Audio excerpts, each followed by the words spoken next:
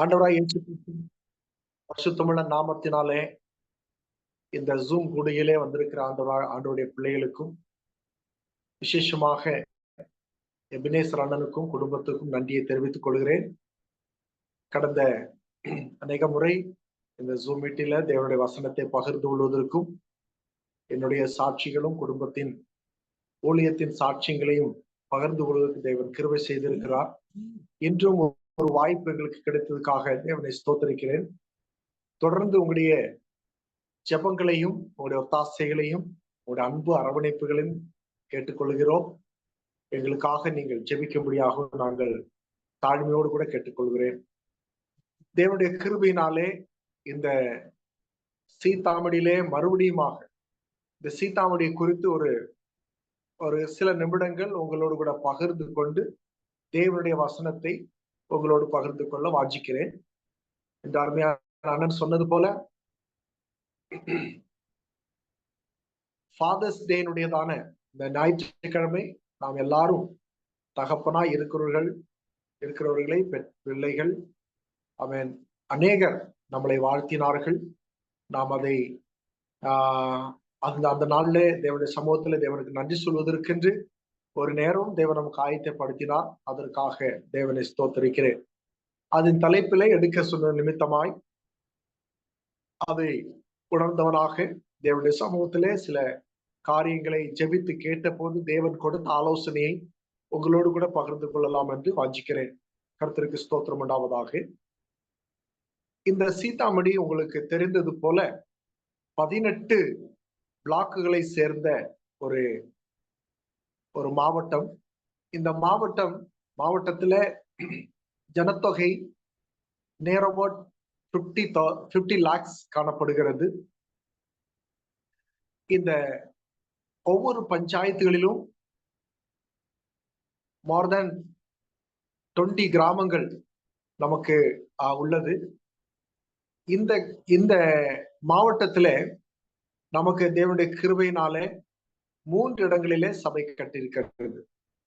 1998-99 நமக்கு நடந்த ஒரு குரூசேட் உங்களுக்கு தெரியும். சீதாமடி பஜாரிலேயே சிட்டிலேயே நம்ம ஜபார்டன் ஜாக்காரிஸ் போன்றவர்கள் மூலமாக நடத்தப்பட்ட ஒரு குரூசேட்ல தான் சரவணனை அடித்தாங்க. அதோடு கூட அவர் காயப்பட்டு அவர் மென்டல் ஆகி மறுபடியுமாக அதனுடைய எஃபெக்டுகள் காணப்பட்டது. எப்படியாவது இந்த மாவட்டத்தில் ஒரு சர்ச்சு கட்ட வேண்டும் என்று சொல்லி ஒரு விரித்தனமாக ஒரு ஜபத்தோடு கூட நாம் ஜெம்ஸ் காணப்பட்டது. இதற்கு முன்பாக சொல்லப்போன்னு சொன்னா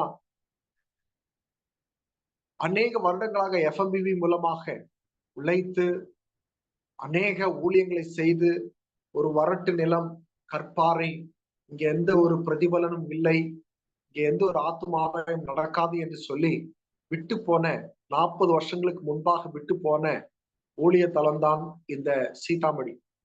அப்படிப்பட்ட நேரத்தில் தான் நம்முடைய ஜெம்ஸ் ஊழியம் இங்கே என்றானது, மிஷனரிகளை அனுப்பப்பட்டது. கர்த்தருடைய கிருபையினாலே அவன் 2000 முதல் 2018 வரை இந்த சீதாமடியில என்னை அனுப்பினார்கள். நம்முடைய ஜெம்ஸ் மூலமாய் அனுப்பப்பட்ட போது ஒரு பிரத்யேகமான ஒரு சூழ்நிலை காணப்பட்டது. ஏனென்று சொன்னால் உங்களுக்கு தெரியும், சரவணன் அடித்து பயங்கரமான ஒரு கலவரம் நடந்தது. கிறிஸ்தவர்கள் என்று சொன்னாலே அவர்களுக்கு வேத மதத்தினர், ஃபாரின் மதத்தினர், அமெரிக்காவை சேர்ந்தவர்கள், இங்கிலாந்து சேர்ந்தவர்கள் சொல்லி வெளிநாட்டு வெள்ளையர்களின் மதம் என்று சொல்லி இங்கே அதிகமான காரியங்களை சொல்லியிருந்தார்கள். ஆனால் அந்த ஒரு சூழ்நிலை, எனக்கு வயசும் கம்மி, அதிக அனுபவம் கம்மி, இப்படிப்பட்ட ஒரு சூழ்நிலை ஒரு பயத்தோடு கூட தான் நானும் கடந்து வந்தேன். என்னை அனுப்பினார்கள். ஆனால் ஒரு ஆமை நவர்வது போல இந்த ஊழியத்தை தொடங்குவதற்கு தேவன் கிருபை செய்தார். எங்க பார்த்தாலும் ஒரு பயம், என்னை அடிச்சிருவாங்களோ கொண்டுருவாங்களோ என்று கேட்டால் அப்படிப்பட்ட ஒரு சம்பவம் தான் 1998 நடந்த ஒரு சம்பவம். ஆனால் தேவனுடைய கிருபையினாலே அந்த பயங்களை மேற்கொண்டு அவன் இந்த முழு ஜில்லாவில் எந்த ஒரு சர்ச்சு காணப்படாமல் இருந்தது. அதாவது ஈவன் கேத்தலிக் சர்ச் கூட அங்க இல்லாம இருந்தது. நாங்கள் வந்து ஆரம்பிச்சு நம்முடைய ஜெம்ஸ் சபை சர்ச் ஆரம்பிப்பதற்கு 3 மாதங்களுக்கு முன்பாக தான் கேத்தலிக் சர்ச்சும் கட்டினாங்க. அப்படிப்பட்ட ஒரு சூழ்நிலை தான் நம்ம 2005 நிலத்தை வாங்கி 2007 ஏப்ரல் மாசம் 10ஆம் தேதி அன்று நாம் ஜெம்ஸ் மூலமாக ஒரு சபையை கட்டுவதற்கு சீதாமணியில் தேவன் கிருபை செய்தார். அதுல நீங்களும் ஜெபிச்சிருப்பீங்க நாங்கள் நம்புகிறோம். ஆமென். கர்த்தருக்கு மகிமையுண்டாதாக. என்ன சொல்றாங்க அப்படின்னா, இது சீதை பிறந்த ஊர், இது ராமனுக்கும் சீதைக்கும் உள்ள சொந்த ஊர், இந்து மக்கள் மட்டும்தான் இங்க வாழ முடியும், மற்றவர்களுக்கு வாழக்கூடாது என்று சொல்லி பிற மதத்தினர்களை துரத்த வேண்டும் என்ற நோக்கத்தோடு கூட ஓடுகிற ஒரு மாவட்டம் தான் இந்த சீதாமணி. கர்த்தருக்கு மகிமையுண்டாதாக. அந்த இடத்துல அநேக ஆத்மாக்களை ஆதாயப்படுத்தவும், ஒரு ஹோமை நிர்வகிக்கவும், அதோடு கூட பெர்கினியா என்று சொல்லக்கூடிய ஒரு பிளாக்ல ஒரு இனியமாக நிலத்தை வாங்கி சர்ச்சை கட்ட தேவன் கிருபை செய்தார். அது மட்டுமல்ல, இந்த இடம் ராய்ப்பூர் என்று சொல்லப்படுகிற பிளாக்ல இப்பொழுது நான் செய்து கொண்டிருக்க ஊர்ல இங்கேயும் நிலம் இல்லாமல் இருந்தது. நிலம் வாங்கி சர்ச்சை கட்டி ஒரு ஸ்கூல் கட்டி தேவடைய கிருபையினாலே இங்க போய் கொண்டிருக்கிறது. தேவ கிருபையினாலே நான் இந்த 8 மாதத்துக்கு முன்பாக இங்கே வரும்போது வெறும் 10 விசுவாசிகள் தான் இருந்தாங்க. நான் ஆராதிக்கிற அந்த ஆராதனையிலே ஃபர்ஸ்ட் சண்டேல 8 நபர்கள் இருந்தார்கள். ஆனால் தேவனுடைய கிருபையினாலே இப்போது 60 70 பேர்கள் கடந்து வருகிறார்கள். அவன் ஞானஸ்தானம் எடுத்துக்கொண்டார்கள். இனியுமாக 15 நபர்கள் இந்த 10-15 நாட்களுக்குள்ளாக ஞானஸ்தானம் எடுப்பதற்கும் தயாராக இருக்கிறார்கள். கர்த்தருக்கு மகிமை உண்டாதாக. இந்த ஒரு மோசமான சூழ்நிலை பல கிராமங்களில இனியும் சுவிசேஷம் போகாமல் இருக்கிறது. 5 குடும்பங்கள் மட்டும்தான் இந்த முழு 18 பிளாக்குகளுக்கும் 50 லட்சத்துக்கு மேற்பட்ட இந்த ஜனங்களுக்கு சுவிசேஷம் அறிப்பதற்கு ஒரு 5 ஃபேமிலிகள் மிஷனரிகள் மட்டும்தான் இங்க இருக்கிறாங்க. அதை உணர்ந்தவங்களாக அதிகமாக ஜெபிக்கும்படியாய் உங்களுடைய ஜெபத்தை கேட்டுக்கொள்கிறேன். கர்த்தருக்கு மகிமையுண்டாதாக. இப்படிப்பட்ட சூழ்நிலையில ஒரு தகப்பனாக, ஒரு ஃபாதராக நாம் இந்த தேசத்தை அல்லது இந்த ராய்ப்பூர் சீதாமணி மாவட்டத்தை நான் எப்படி கர்த்தருக்கென்று ஆதாயப்படுத்த வேண்டும்? நாம் கடந்த ஞாயிற்றுக்கிழமை அன்று ஃபாதர்ஸ் டேயை நாம் ஆசரித்து வந்தோம், அதை கொண்டாடினோம், தேவனுக்கு என்று நன்றி செலுத்தினோம், ஜெபித்தோம். நமக்காக அநேகர் ஜெபித்தார்கள், நமக்கு வாழ்த்துதலை அநேகர் சொன்னார்கள். அதுல என்னுடைய பிள்ளைகளும் எங்களுக்கு வாழ்த்துகள் சொன்னார்கள், சந்தோஷப்பட்டேன். ஆனால் அநேக தகப்பன்மார்கள் ஆவிக்குரிய நிலைமையில தேவைப்படுகிறார்கள். அனாதையாய் கிடக்கும் ஜனங்களை தேடி, வெவிச்சாரத்திலே இருக்கும் ஜனங்களை தேடி, போதை பொருட்களிலே இருக்கும் ஜனங்களை தேடி, அவன் போதை பொருளுக்கு பின்னணியிலே நடக்கிறதான அநேக வாலிப உள்ளங்கள், சின்ன பிள்ளைகள் போயிலை போடுவதிலும் அதோடு கூட பான் பிராக் போன்றதான போதை பொருட்கள் பின்பாக நடக்கிற அதன் அடிமைத்தனத்தில் இருக்கிற பிள்ளைகளை காப்பாற்றுவதற்கு தகப்பனுடைய உள்ளத்தை போன்ற, தகப்பனுடைய உள்ளம் நிறைந்த அநேக மிஷனரியான தகப்பன்மார்கள் நம்முடைய இந்த மாவட்டத்துல, இந்த சீதாமணியில, பீகாரின் பல பகுதிகளிலே நமக்கு தேவைப்படுகிறார்கள். அதை உணர்ந்தவனாக இந்த தினத்துல நான் உங்களோடு கூட 3 காரியங்களை பகிர்ந்து கொள்ளலாம் என்று கர்த்தருக்குள் வாஞ்சிக்கிறேன். கர்த்தருக்கு மகிமையுண்டாதாக. அருமையான அண்ணன் சொன்னது போல இந்த ஃபாதர்ஸ் டேயை நாம் கொண்டாடினோம், தகப்பனார் தினத்தை நாம் ஆசரித்தோம், தேவனுடைய கரத்தில் நாம் ஒப்பு கொடுத்து செபித்தோம். ஆனால் வேதாகமத்திலே அநேக காரியங்கள் தகப்பனாரை பற்றி, குடும்பத்தை பற்றி சொல்லப்படுகிறது. இந்த ஃபேமிலி கூடுகையில நான் 3 காரியங்கள், எப்படிப்பட்ட தகப்பன்மார்களாக இருக்கிறார்கள் என்று வேதத்திலே இருந்து 3 காரியங்களை உங்களோடு கூட பகிர்ந்து கொள்ள நான் வாஞ்சிக்கிறேன். கர்த்தருக்கு மகிமை உண்டாதாக. முதலாவதாக ஆதியாகம புஸ்தகம் 27வது அதிகாரம் 21, 22 வசனத்தை வாசிக்கலாம். ஆராய்ந்து அறிகிற தகப்பன். முதலாவதாக சொல்லப்பட்ட தலைப்பு ஆராய்ந்து அறிகிற தகப்பன். ஆமென். இந்த வசனத்தை வாசிக்கலாம். 27வது ஆதியாகமம் 27வது அதிகாரம் 21வது 22வது வசனத்தை வாசிக்கலாம். அப்பொழுது ஈசாக்கு யாக்கோபை நோக்கி, என் மகனே, நீ என் குமாரனாகிய தானோ அல்லவோ என்று நான் உன்னை தடவி பார்க்கும்படி கிட்டவா என்றான். யாக்கோபு தன் தகப்பனாகிய ஈசாக் கண்ணடையில் கிட்ட போனான். அவனை தடவி பார்த்து, சத்தம் யாக்கோபின் சத்தம், கைகளோ ஏசாவின் கைகள் என்று சொல்லி. இங்கே ஒரு தகப்பனை குறித்து நாம் பார்க்கிறோம். இந்த தகப்பன் யார் என்று நமக்கு எல்லாருக்கும் நன்றாக தெரியும். ஆபிரகாமின் மகனாய் இருக்கிற ஈசாக்குக்கு வயதாகி 2 கண்களும் காணாமல் போனது.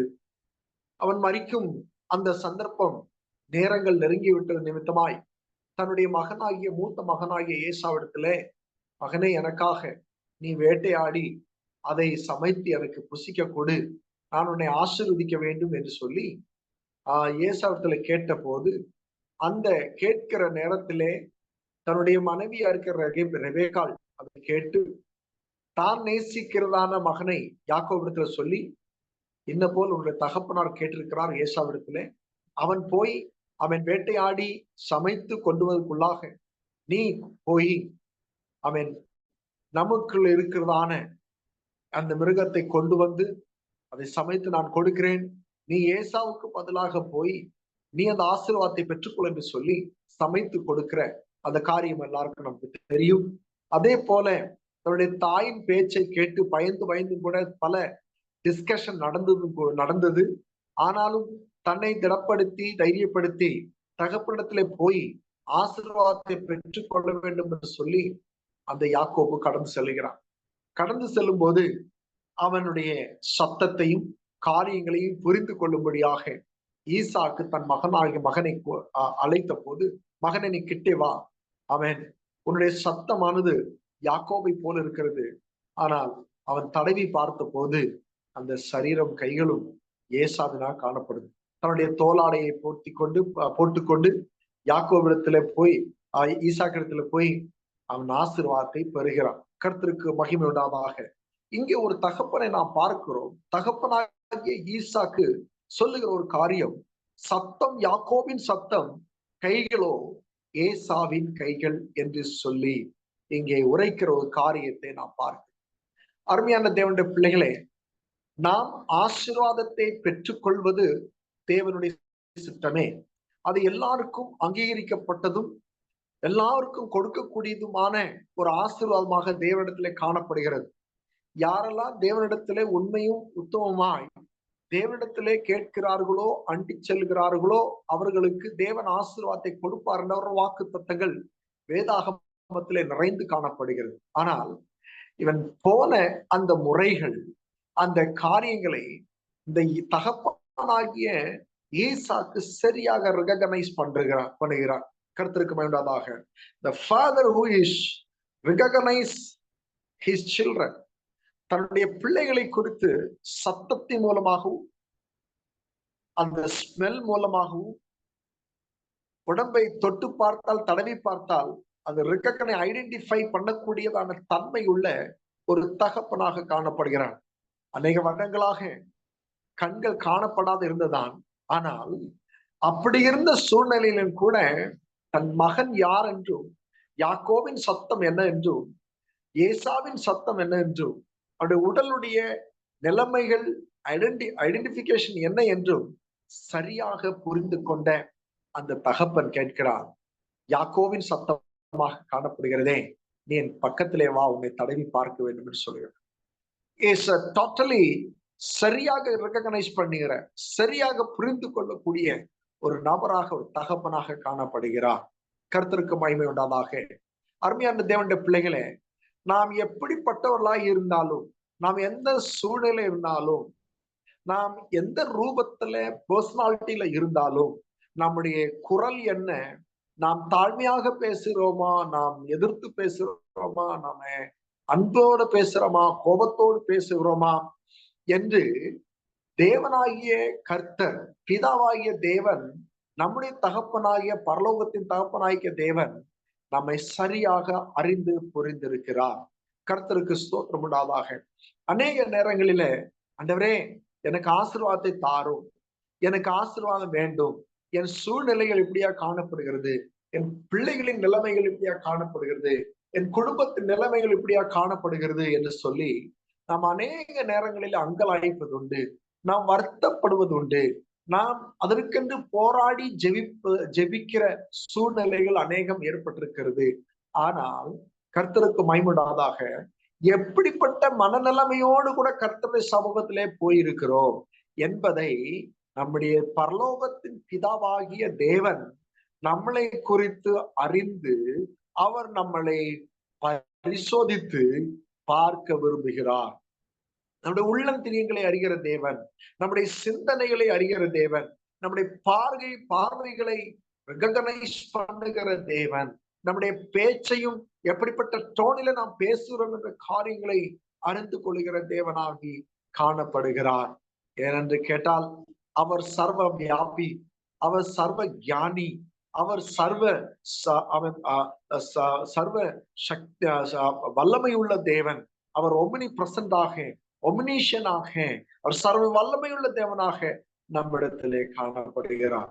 அருமையான தேவனுடைய பிள்ளைகளே, இப்படிப்பட்ட ஒரு சூழ்நிலையுள்ள தேவனைத்தான் நாம் ஆராதிக்கிறோம். அவர் ஆல்பாவும் ஒமேகமாவும் காணப்படுகிறார். அவர் ஆதியும் அந்தமாக காணப்படுகிறார். நம்மை சிருஷ்டித்த கர்த்தராகி தேவனாகி காணப்படுகிறார். அவர் யெகோவா தேவனாகி காணப்படுகிறார். அவர் இருக்கிற வண்ணமாய் இருக்கிற தேவனாய் காணப்படுகிறார். இதே போல நம்முடைய உள்ளங்கள் எப்படி காணப்படுகிறது, நாம் தேவனை எப்படி சேவிக்கிறோம், நாம் தேவனை எப்படி ஆராதிக்கிறோம், நாம் தேவனுக்கு எப்படி ஊழியங்களை செய்கிறோம், மிஷனரி பணி தளங்களிலே நாம் எப்படி காணப்படுகிறோம், நாம் கர்த்தருக்கன்றி மிஷனரிகளுக்கும் மிஷன் பணிகளுக்கும் கர்த்தருடைய காரியங்களுக்கும் செய்யும் நிலைமை எப்படியா காணப்படுகிறது. சத்தம் ஒன்று உருவம் ஒன்று இருக்கக்கூடாது. அந்த காரியத்தை தேவன் சரியாக ஆராய்ந்து புரியும்படியாக தேவன் ஜீவனுள்ள தேவனாய் இருக்கிறார். நம்முடைய தேவன் நாம் பல உதாரணங்கள், அநேக சம்பவங்கள், இன்சிடென்ட்ஸை நாம் வேதத்திலே காணலாம். மோசையினுடையதான எண்ணங்கள் நல்லதுதான், மோசையினுடையதான செயல்களும் எண்ணங்களும் தோற்றங்களும் அவனுடைய நிலைமைகள் எல்லாம் நல்லதுதான். நான் மோசை குறித்து பார்க்கும்போது ஒரு எகிப்தியனும் ஒரு இஸ்ரேலியனும் சண்டை போட்டுக் கொண்டிருந்தார்கள். ஆனால் மோசே அங்கே போய் அந்த எகிப்தியனை அடித்து கொன்று மண்ணிலே பூட்டி விட்டான். அந்த காரியத்தை மற்றொரு பார்த்து விட்டார்கள். இதை வேறொரு சூழ்நிலையில, அன்றைக்கு நீ எகிப்தியனை கொண்டது போல இன்னைக்கு எங்களையும் நீ செய்ய போகிறாயோ என்று அந்த இஸ்ரேல் ஜனமே கேட்டு விட்டார்கள். இப்படி எண்ணங்கள் நல்லதாக காணப்பட்டாலும் செயல்கள் தவறாக காணப்படுகிறது. இந்த செயல்களில நாம் எப்படி செய்ய வேண்டும், நமக்கு ஆசீர்வாதம் வேண்டும் என்பது தேவனுடைய சித்தம், நாமும் அதை வாஞ்சிக்கிறோம். But the way of moving, நாம் முன்னேறி கர்த்தருடைய காரியங்களை பெற்றுக்கொள்வதற்கு நாம் செய்யும் செயல்கள் பூர்ணமாக காணப்படுகிறதா, அல்லது மற்றவர்களுதான கேள்விகளும் மற்றவர்கள் மூலமாய் கேள்விப்பட்ட காரியங்கள் நாம் நிமித்தமாகவும் நம்முடைய செயல்கள் எப்படியாக காணப்படுகிறது. ஆண்டவரே, நம்முடைய ஜெபங்கள், எங்களுடைய ஜெபம் ஆண்டவரே உங்களுடைய சமூகத்துல எட்டி இருக்கிறதா, நான் ஜெபிக்கிற ஜெபங்கள் எப்படியா காணப்படுற ஆண்டவரே, ஆத்துமாதாயத்துக்காக நான் செய்யும் ஜெபங்கள், நான் ஆத்துமாதாயத்துக்காக கொடுக்கும் காரியங்கள், செலவிடும் நேரங்கள், என் குடும்பத்தின் காரியங்கள் எல்லாம் உமக்கு சரியா இருக்கிறதா என்று நாம் ஆராய்ந்து பார்க்க வேண்டியதா இருக்கிறது. காயினுடையதான காணிக்கைகளை ஆண்டவர் ஏற்றுக்கொள்ளவில்லை. ஆபேலுடைய காரியத்தை ஆண்டவர் ஏற்றுக்கொண்டார். ஆனால் அவனுக்குள்ளே ஒரு கோபமும் மூர்க்கத்தனம் வந்து தன் சகோதரனையை கொன்று விட்டான். ஆனா அவன் கேட்கிறான், உன் சகோதரனாய் ஆபேல் எங்கே என்று கேட்டபோது ஆண்டவரத்தை கேட்க, நான் அவனுக்கு காவல்காரனோ என்று கேட்க, ஆனால் அவனுடைய ரத்தம், ஆபேலுடைய ரத்தம் என்னை நோக்கி கூப்பிடுகிறதே என்று காயினிடத்திலே தேவன் சொல்லுகிறார். அருமையான தேவனுடைய பிள்ளைகளே, நீ ஆராதித்தது உண்மைதான், நீ செயல்பட்டது சரிதான், ஆனால் கர்த்தருக்கு பிரியமானதா, உன் தகப்பனுக்கு பிரியமானதா, உன் தகப்பனுக்கு யோகியமானதா, நீ நான் செய்கிற காரியங்கள், செய்யப்படும் காரியங்கள், பேசும் காரியங்கள், செய்யும் ஊழியங்கள் எல்லாம் கர்த்தருக்கு யோகியமாக காணப்படுகிறதா அது ஏற்றுக்கொள்ளக்கூடியதாக காணப்படுகிறதா என்று காரியங்களை நாம் அறிந்து ஆராய வேண்டும். ராகேலை குறித்து தெரியும். ராகேல் தன்னுடைய தகப்பன் வீட்டிலிருந்து கடந்து வரும்போது, ஆமேன், லாபான் கடந்து வருகிறான். யாக்கோபும் தன்னுடைய மனைவிமார் எல்லாம் சேர்ந்து வந்த போது, ஆமேன், இடைவெளியில வந்து கேட்கிறான், நீ என்னுடைய தேவனை, என்னுடைய கடவுளை நீ திருடி கொண்டு வந்து விட்டாயே என்று சொல்லி லாபான் யாக்கோபு இடத்துல சொல்லும் போது, நான் திருடி கொண்டு வரவில்லை எப்படி என்று சொல்லி தேடி தடவி பார்த்த போது கண்டு கொள்ளவில்லை. ஆனால் ராகேல் அங்கிருந்து ஒரு மூர்த்தியை, ஒரு விக்கிரகமாகி அவங்களுடைய கடவுளை கொண்டு வந்தாள் என்று வேதம் நமக்கு சொல்லுகிறது. அவளுடைய செயலை பாருங்க. அவள் யாக்கோவுக்கு பிரியமானவள் தான், அவள் ரொம்ப அழகானவள் தான். ஆனா அவள் செயல்பட்ட முறைகள் தேவனுக்கு பிரியமல்ல. அது நிமித்தமாய் அநேக காரியங்களை அவள் சந்திக்க வேண்டியதாய் இருந்தது. அருமையான தேவனுடைய பிள்ளைகளே, நம்மை அறிந்து ஆராய்கிற தேவனாய் இருக்கிறார். நம்மளை புரிந்து கொள்ளக்கூடிய தகப்பனாய் இருக்கிறார். அதனால்தான் சங்கீதம் 139 சங்கீதம் 139 1 முதல் சில வசனங்களை நாம் வாசிக்கும் போது அதனுடைய சத்தியங்களை நமக்கு அறிந்து கொள்ள முடியும். கர்த்தருக்கு ஸ்தோத்திரம் உண்டாவதாக. 139 சங்கீதம் 1 முதல் வசனங்களை நாம் வாசித்தோமானால், இங்கே கர்த்தாவே, நீர் என்னை ஆராய்ந்து அறிந்திருக்கிறீர், என் உட்கார்தலையும் என் எழுந்திருக்குதலையும் நீர் அறிந்திருக்கிறீர், என் நினைவுகளை தூரத்திலிருந்து அறிகிறீர். நான் நடந்தாலும் படுத்திருந்தாலும் என்னை சூழ்ந்திருக்கிறீர், என் வழிகளெல்லாம் உமக்கு தெரியும். நம் ஆழத்திலே போனாலும், அவன் உயரத்திலே போனாலும், பாதாளத்திலே போனாலும், அவன் எங்கெல்லாம் போனாலும் உமது கரம் அங்கேயும் இருக்கிறது. 10ஆம் வசனம், அங்கே உமது கை என்னை நடத்தும், உமது வலது கரம் என்னை பிடிக்கும். அருமையான தேவனுடைய பிள்ளைகளே, யாக்கோபு ஈசாக்கிடத்திலே போனது உண்மைதான். ஆனால் ஆசீர்வாதத்தை பெற்றுக்கொண்டது உண்மைதான். அவளுக்கு அந்த சரித்திரம் நன்றாக தெரியும். அந்த ஆசீர்வாதத்தின் மூலமாக பெரிய காரியங்களை சாதிக்க முடியவில்லை. ஆனால் அவன் திரும்பி வரும்போது, தேவனே, என்னை நீ ஆசீர்வதித்தாலுடைய நான் உண்மை விடுவதில்லை என்று சொல்லி ஒரு போராட்டம், ஒரு என்கவுண்டர் நடந்தது. அதுலதான் அவனுடைய ஆசீர்வாதமே ஆரம்பிக்கிறது. என்ற பிள்ளைகளே, 21 வருடம் அடிமையாக இருந்து வேலை செய்து சம்பாதித்தான். ஆடு மாடுகளை எல்லாம் சம்பாதிச்சான், மனைவி பிள்ளைகளை எல்லாம் சம்பாதிச்சான். ஆனாலும் அவனுக்குள்ளே ஒரு பெரிய ஒரு குற்றபோதம், அவனுக்குள்ளே இருக்கும் ஒரு தர்ம சங்கடம் அவனை அழுத்தி கொண்டே இருந்தது. எல்லாரையும் போக விட்டு நதி அந்தையிலே அவன் ஒரு பெரிய போராட்டம் நடத்துகிறான். தேவனுடைய சமூகத்திலே தேவனுடைய தூதனோடு கூட ஒரு போராடும், ஒரு ஜெபிக்கும் ஒரு போராட்டம் அங்கே காணப்படுகிறது. அருமையான தேவனுடைய பிள்ளை, இங்க நாம் பார்க்கிற காரியம், நாம் எந்த நிலைமையில இப்போது நாம் தேவனிடத்தில் போராடுகிறோம். இதாவே, நீர், நான் உங்களுடைய குமாரன், நான் உங்களுடைய பிள்ளை, நான் என்னுடைய குடும்பம் உங்களுடைய சொந்தம், நீர் எங்களுக்கு பிதாவாகிய தேவன், எங்களை நீர் ஆசீர்வதியும் ஆண்டவரே, நீர் எங்களை ஆசீர்வதியும் என்று சொல்லி உண்மை உத்தவமாய் நாம் தேவனிடத்தில் சமூகத்திலே செபிக்கும் போது தேவன் பெரிய காரியங்களை செய்வார். அதனால்தான் 2 தீமோத்தேயு அதனுடைய 3:5 நாம் வாசிக்கிறோம். 2 தீமோத்தேயு 3:5 இங்க வாசிக்கும் போது, ஒருவன் தன் 2 தீமோத்தேயு 3:5 வாசிக்கிறோம். இங்கே தேவ பக்தியின் வேஷத்தை தரித்து அதன் பலனை மறுதலிக்கிறவர்களாயும் இருப்பார்கள், இப்படிப்பட்டவர்களை நீ விட்டு விலகு. தேவ பக்தியின் வேஷத்தை தரிக்கிற இந்த யாக்கோபிடத்துல இப்படித்தான் இருந்தது. ஒரு பக்தியை காட்டுகிறான், ஆனால் வேஷம் தரித்திருக்கிறான். அருமையான தேவனுடைய பிள்ளைகளே, நாம் இந்த நாட்களில, ஆமேன், நம்முடைய தகப்பனை எவ்வளவு நேசிக்கிறோம். தகப்பன் நம்மளை முழுவதுமாய் நேசிக்கிறோம், முழுவதுமாய் நம்ம நம்புகிறான், முழுவதுமாய் 100% அவர் நம்மளை நம்புகிறார். ஆனா நம்முடைய வேஷம் எப்படியா காணப்படுகிறது?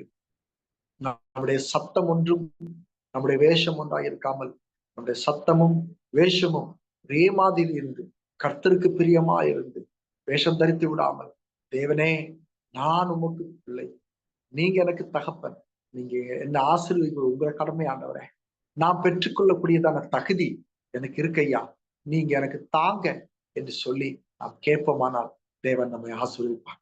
2வது தகப்பனை குறித்து நாம் பார்க்கலாம். இங்கே காத்திருந்து இரக்கம் காட்டுகிற தேவன்.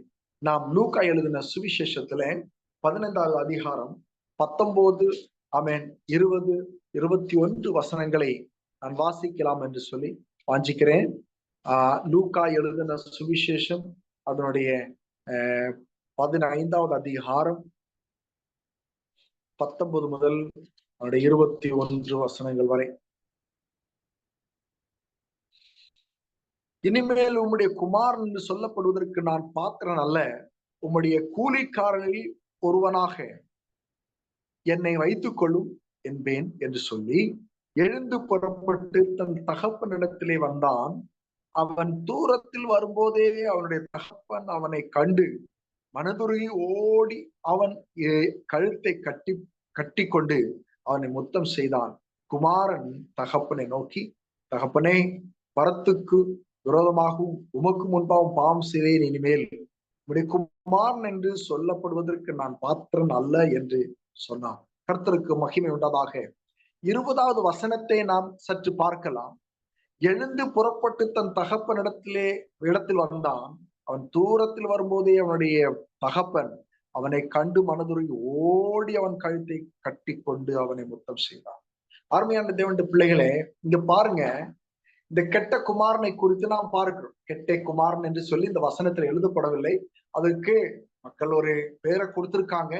அவன் காணாமல் போன தகப்பனை விட்டு தன்னுடைய சொத்துக்களையும் பணங்களையும் எதெல்லாம் பெற்றுக்கொள்ள முடியுமோ எல்லாவற்றையும் பெற்றுக்கொண்டு தூர தேசத்திலே போய் தன் தோழலோடு கூட அந்த சொத்துக்களை எல்லாம் நாசப்படுத்தி அவனுக்கு ஒடுக்க கூட வஸ்திரம் இல்லாமல், மோசமான நிலைமையில சாப்பிடுறதுக்கு வசதி இல்லாமல் கஷ்டப்பட்டு பண்டிகளை மேய்த்து பண்டிகளின் தவிட்டை தின்று அந்த ஒரு சூழ்நிலை அவனுக்கு புத்தி தெளிந்து அவன் மனம் திரும்பி, நான் என்னுடைய பிதாவுடைய வீட்டிலே எத்தனை பேர்கள் வேலை செய்யறாங்க, எத்தனையோ கூலிக்காரங்க, அவங்களுக்கு எவ்வளவு சாப்பாடு, எவ்வளவு நல்ல போதுமான தேவைகள் சந்திக்கப்படுது என்று சொல்லி அவனே அவன் புரிந்து கொண்டு, நான் என் பிதாவிடத்திலே போவேன், நான் அவரிடத்திலே நான் பரத்துக்கும் உமக்கு விரோதமாக பாவம் செய்திருக்கிறேன், நான் இனி உம்முடைய மகன் என்று சொல்வதற்கு தகுதி இல்லை, என்னை உம்முடைய ஒரு கூலிக்காரனை போல ஒரு வேலைக்காரனை போல என்னை வைத்துக் கொள்ளும் என்று சொல்லி கேட்பேன் என்று சொல்லி அதே மாதிரி வந்து அவன் கேட்கிறான். ஆனால்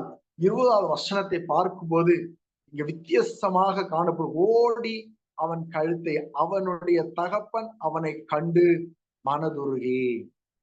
கர்த்தருக்கு மகிமை உண்டாதாக. அருமையான தேவனுடைய பிள்ளைகளை நான் சொன்னது போல காத்திருந்து ஒரு தகப்பன் தன்னுடைய மகனுடைய வருகைக்காய் காத்திருக்கிறார். அவர் என்னுடைய மகன் எப்போ வருவான், காணாமல் போய்விட்டான், என்னை விட்டு தூரம் போய்விட்டான், ஆண்டவர் எனக்கு நான் அவனை காண்பேன், மரிப்பதற்கு முன்பாக நான் அவனை காண வேண்டும், அவனை சுகத்தோடு சேமத்தோடு நான் பார்க்க வேண்டும், உயிரோடு பார்க்க வேண்டும் என்றான ஏக்கத்தோடு கூட இருக்கிறேன் ஒரு தகப்பனை இங்க கவனித்து பாருங்கள்.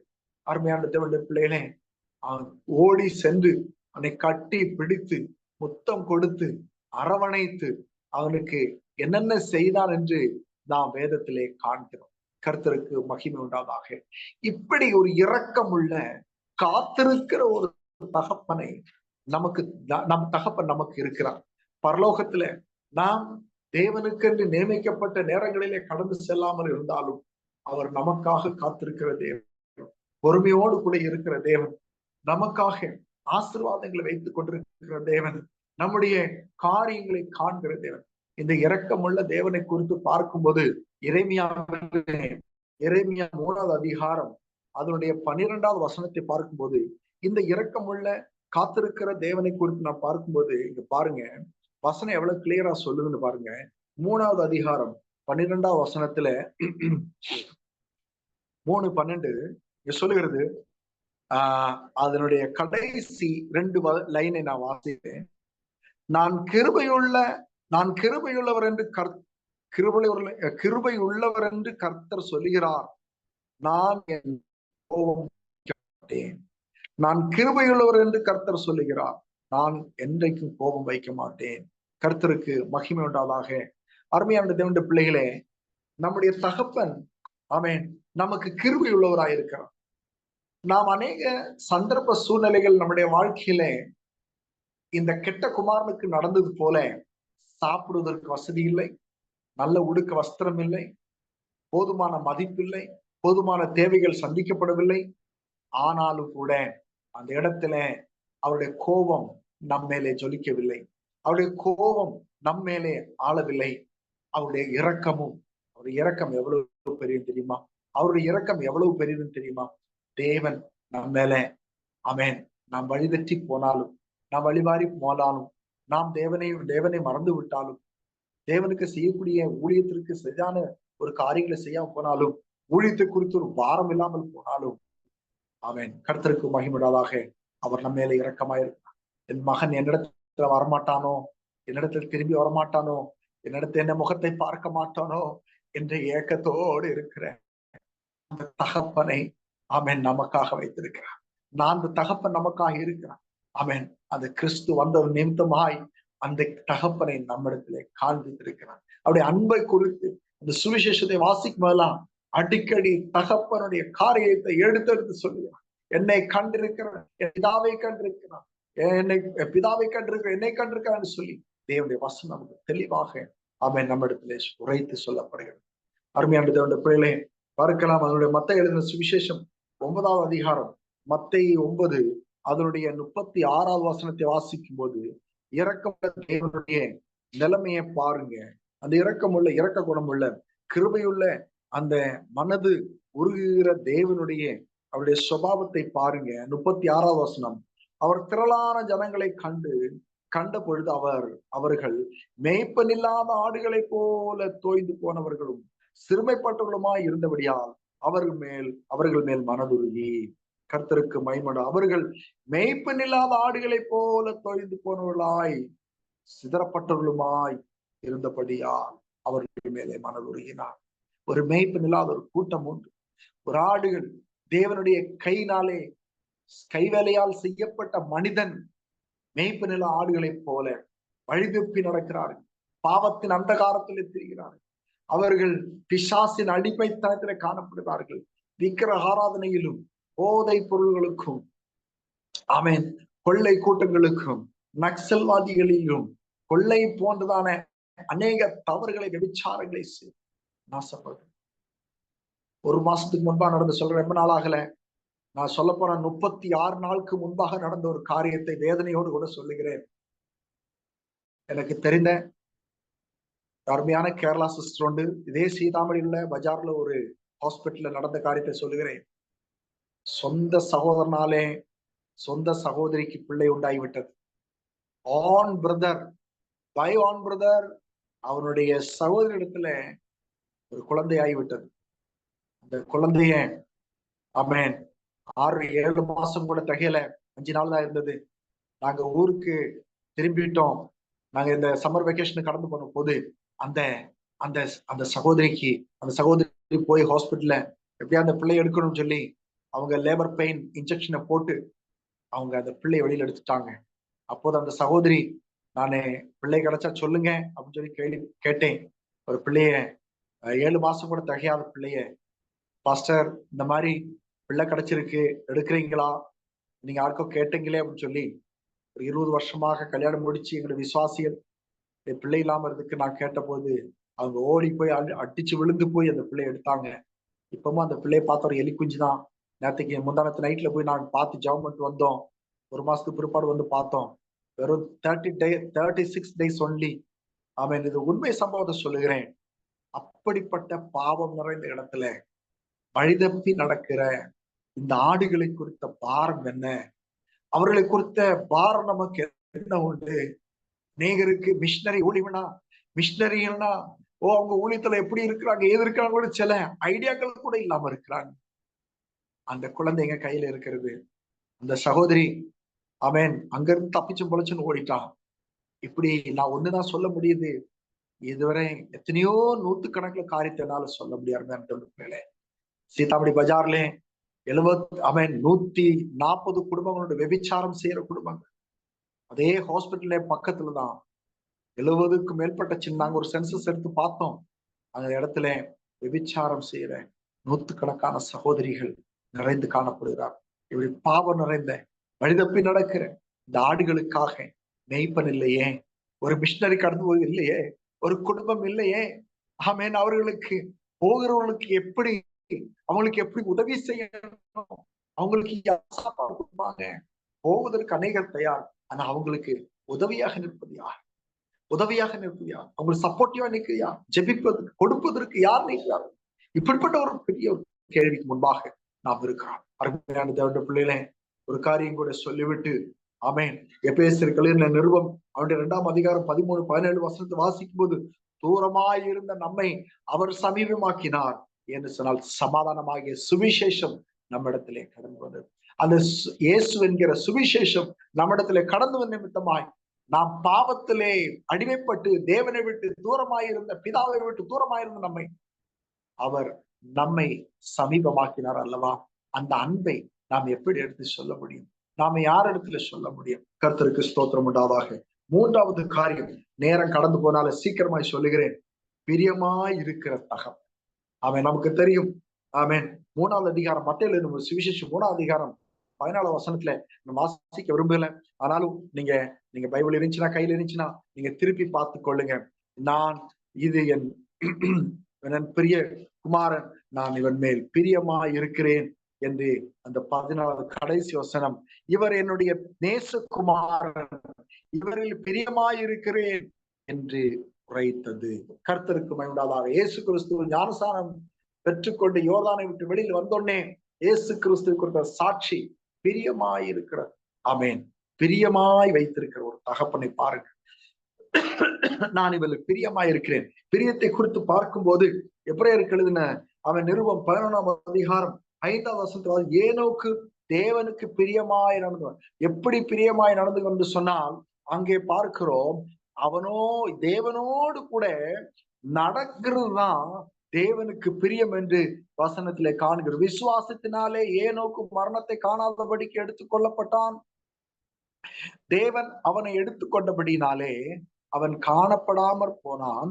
அவன் தேவனுக்கு பிரியமானவன் என்று அவன் எடுத்துக் கொள்ளப்படுவதற்கு முன்னமே சாட்சி பெற்றான். இதுதான் சாட்சி. கர்த்தருக்கு மகிமையுண்டாதாக. தேவனுக்கு, பிதாவாகிய தேவனுக்கு நாம் பிரியமுள்ளவர்களாக இருக்க வேண்டும். அவர் நம்ம மேல அன்பு வைத்திருக்கிறார். அந்த அன்பின் நிமித்தமாய் நாம் அவருக்கு பிரியமாய் நடந்து கொள்ள வேண்டும். அந்த பிரியமாய் நடப்பது என்னன்னு சொன்னால், தேவனோடு கூட நடக்கும் வாழ்க்கை தான் தேவனுக்கு பிரியமான செயல்.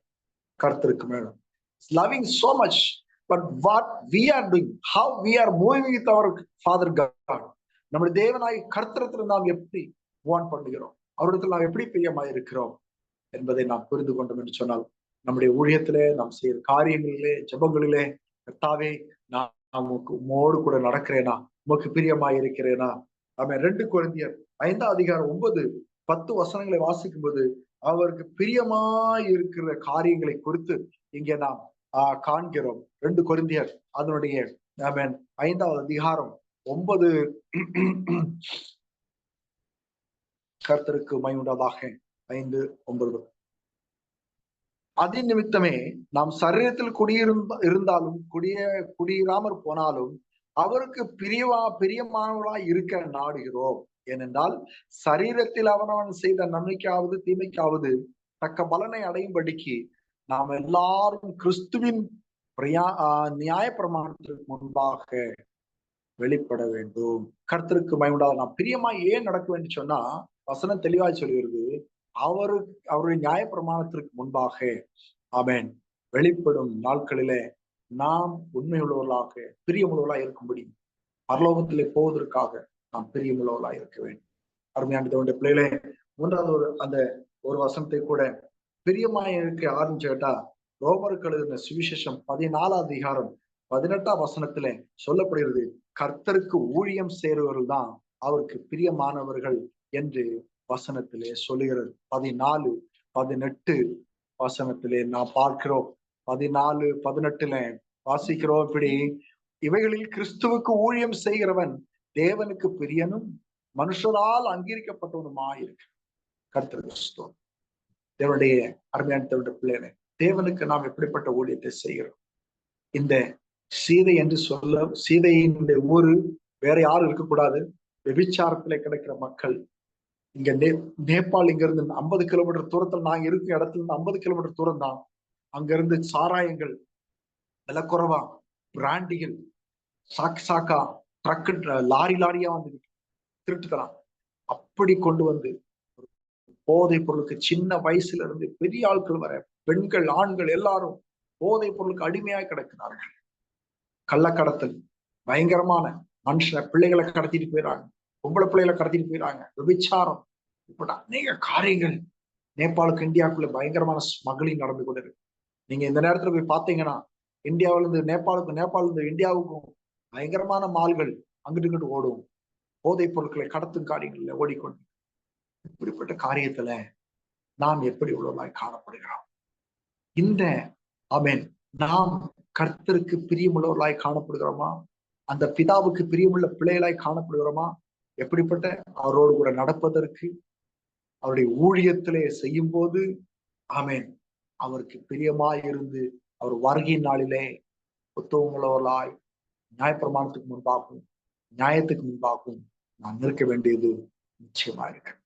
அருமையான தேவனுடைய பிள்ளைகளே, கர்த்தர் வரப்போகிறார். கர்த்தர் வரும்போது இந்தவரே நான் ஆத்மாதாயம் செய்தேன், மிஷனரி பண்ணிய தளத்துக்கு நான் உதவி செய்தேன், ஜெபித்தேன் என்று உறுதியாக சொல்ல முடியும். அது வேஷத்தனமாக அல்ல. ஆமென். நம்மளை சரியாக புரிந்து கொள்கிறோம் பிதா. ஆமென். கர்த்தருக்கு மகிமையுண்டாதாக. அருமையான தேவனுடைய பிள்ளைகளே, தேவனுக்கு உகந்த பிள்ளைகளாக, தேவனுக்கு சரியா நடக்கக்கூடிய பிள்ளைகளாக நடந்து அவன் இந்த 3 ஹெட்டிங்களை உங்களோடு கூட பேசினேன். தேவன் ஆராய்ந்து அறிகிற தகப்பன், காத்திருந்து இரக்கம் காட்டுகிற தகப்பன், பிரியமாய் இருக்கிற தகப்பன். கர்த்தருக்கு மகிமையுண்டாதாக. ஆராய்ந்து அறிந்திருக்கின்றீ, சுற்றி சுற்றி சூழ்ந்திருக்கின்றீ, ஆராய்ந்து அறிந்திருக்கின்றீ, சுற்றி சுற்றி சூழ்ந்திருக்கின்றீ, நான் இருப்பதும் நான் எழுவதும் நன்றாய் நீர் அறிந்திருக்கின்றீர். நான் இருப்பதும் நான் எழுவதும் நன்றாய் நீர் அறிந்திருக்கின்றீர். என்னை காண்பவரே, என்னை காப்பவரே, என்னை காண்பவரே, என்னை காப்பவரே. அருமையான தேவனுடைய பிள்ளைகளே, நானும் நீங்களும் ஒருவேளை நம்முடைய பிள்ளைகளுக்கு தகப்பனாய் காணப்படலாம், பிதாவாக காணப்படலாம். ஆனால் பிரியமுள்ளவர்களாக, ஆனால் தேவனுக்கு நாம் நமக்கு ஒரு பிதாவாகிய தேவன் பரலோகத்தில் உண்டு. அந்த பிதாவாகிய தேவனுக்கு நாம் பிரியமுள்ளவர்களாய் காணப்படுகிறோம். ஆனால் அவர் நமக்காக காத்திருக்கிற தேவனாய் இருக்கிறார். அவர் நம்மளை கட்டி அணைக்க பிரியமுள்ளவராக, நமக்கு நாம் வந்த நிமித்தமாய் கொண்டாடுவதற்கும் ஆமென் மற்றவரிடத்தில் சந்தோஷத்தை அறிவிப்பதற்கும் அவர் தயாராக இருக்கிறார். நமக்கு ஆசீர்வாதம் தர நம்முடைய பிதாவாகிய தேவன் நமக்கு ஈசாக்கை போல அவரும் தயாராக இருக்கிறார். நாம் தேவனிடத்துல கடந்து செல்கிறோமா? அவருடைய ஊழியத்தை பிரியமாக கொண்டு அவருக்கு பிரியம், தேவனுக்கு ஊழியம் செய்வது, அது கொடுப்பது நிமித்தமாகவும், ஜெபிப்பது நிமித்தமாகவும், போய் செய்த நிமித்தமாகவும், ஜெம்ஸை தாங்குவது நிமித்தமாகவும், ஜெம்ஸ் ஒரு பெரிய கூட்டத்தோடு கூட ஓடுகிறது. அந்த ஊழியத்தை ஆமென் உறுதுணை கொடுத்து தாங்கி அதை பலப்படுத்தி, ஆண்டவரே இந்த ஜெம்ஸ் கூட்டத்தோடு கூட நானும் ஓட வேண்டும், அந்த சீதாமணியில் அழிந்து கொண்டிருக்கிறேன் ஆத்துமாக்களை ஆதாயப்படுது. 18 பிளாக்குகள் இருக்கும், 50 லட்சத்திற்கு மேலாய் காணப்படும். இந்த ஜனங்களை எப்படியாவது ஆதாயப்படுத்த வேண்டும் ஆண்டவரே என்கிற ஒரு தீர்மானம் நாம் எடுத்தோம் என்று சொன்னார், தேவன் நம்ம பிரியமாயிருப்பார். அவர் நம்மை ஆசீர்வதிக்க அவர் வல்லமையுள்ளவரார். நம்ம இடத்துல கடந்து, மகனே நான் உன்னை ஆசீர்வதிக்கிறேன், நான் உனக்கு தகப்பனாய் இருக்கிறேன், நான் உன்னை ஏற்றுக்கொள்ள தகப்பனாய் இருக்கிறேன், நான் உன் மேலே பிரியமாய் இருக்கிற தகப்பனாய் இருக்கிறேன். ஜெபிப்போமா? அன்புள்ள ஆண்டவரே, இந்த நல்ல மாலை வேளைக்காய் ஸ்தோத்திரம். வசனத்தையும் சாட்சியையும் சொல்வது கிருபை செஞ்சீங்க, உடைய வசனத்தை கேட்பதற்கு கிருபை செஞ்சீங்க ஆண்டவரே. உடைய ஜீவனுள்ள வார்த்தையானது ஒரு இருதயத்திலும் கிரியை செய்ய முடியாச்சு. ஒப்பு கொடுக்கும் நன்மைகளை செய்யும், ஆசீர்வதி. இந்த ஜூம் மீட்டிங்காக எபினேசர் அண்ணனுக்காக, அக்காவுக்காக இந்த ஜூம் மீட்டிங்களே ஆண்டவரே கடந்து வந்திருக்கிற ஒவ்வொரு அண்ணன்மாருக்கும் அக்காமார்களுக்கும் குடும்பத்தினருக்கும் ஆசீர்வாதத்தை வரும். இனியும் கர்த்தாவே இந்த ஜூம் மீட்ல அநேகர் பங்கு பெற்றுக் கொள்ள கிருபை செய்யுங்க ஜெபிக்கிறோம். என்னுடைய ஜெம்ஸ் ஊழியங்களுக்காக நன்றி ஆண்டவரே. கர்த்தாவே நாங்கள் ஒரு கதையாய் பேசல ஆண்டவரே, இந்த ரியாலிட்டியை நாங்கள் இந்த இடத்துல வைக்கிறோம். நீர் ஏற்ற ஆசீர்வதி அநேகர் எங்களுக்கு என்று ஜெபிக்க கடந்து வர கிருபை செய்யும். அநேகரை எழுப்பி நிப்பாட்டுமாக ஒப்பு கொடுக்கும் பெரிய காரியம் வச்சு நேர வரை உங்களோட கரம் கொடுத்து கஷ்டம் இயேசு நாமத்தில் கேட்கும் நாமத்தில் ஆமென். என் ஆத்மாவே கர்த்தரை ஸ்தோத்திரி, என் முழு உள்ளமே அவருடைய பரிசுத்த நாமத்தை ஸ்தோத்திரி.